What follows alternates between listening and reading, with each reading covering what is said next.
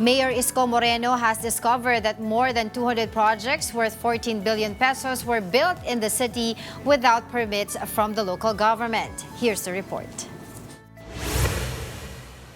From 2022 up to this year, more than 200 flood control projects have been built in the city of Manila worth 14 billion pesos. But Mayor Isko Moreno revealed that not a single one of these projects had the necessary permits from the local government. According to Moreno, the Public Works Department approved the projects despite what he called clear violations of the local government code and other ordinances.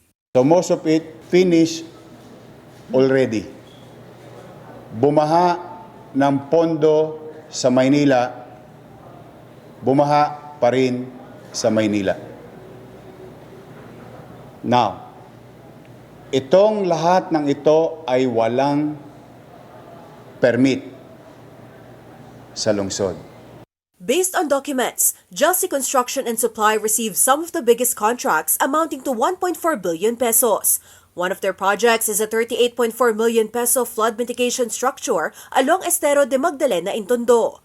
The contract, signed in February 2025, gave them 161 days to finish. But the project remains unfinished to this day, with construction still ongoing. Malaking perang ginastos dyan, tapos pagdating ng mga baha daw, hindi naman gumana, hindi naman pinagagana.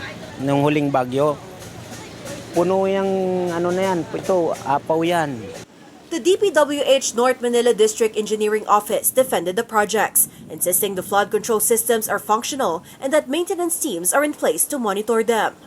Sa dating administration po, hindi po ni-require yung kuha ng permit. Papaalam lang po kami na gagawa na pinapayagan po.